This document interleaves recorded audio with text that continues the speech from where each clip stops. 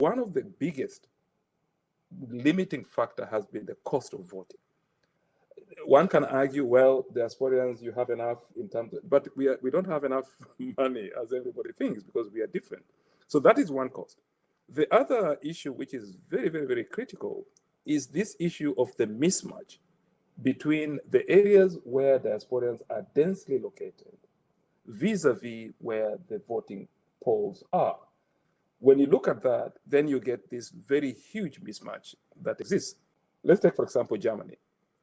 In Germany, Berlin was the polling station and indeed the polling center for Germany.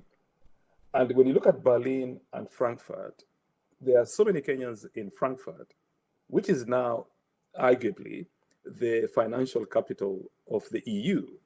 And you would have expected that there would have been some consideration of putting Kenyans in that place. And even to make it worse, take the Scandinavian countries. They did not have anywhere to vote. Therefore, it meant people who were in Norway, Finland, Denmark, and Sweden would have to travel exactly what the reality was at that time. So therefore, the cost of voting is prohibitive and even the mismatch of data. And then thirdly, and this is the most important one, Eli, which we have been able to push very hard, is that there are specific technologies that are out there that can really reduce the cost of this overburdening of a diasporian to go and vote. For example, to verify that you are indeed the person who went and registered should not require a diasporian going with that voter's card back to the point where they were in order to verify that. So we have technology. So what we are calling here is lightweight technology that can be embedded on top of the existing technology that is prescribed by the Constitution to be used to make sure that it is convenient for the diaspora to vote. So the argument is that it is also a pushback that says, let us make it convenient for diasporians to vote so that we can enable more people to participate in the political and in the governance process of the country. And then lastly here is the issue around the awareness.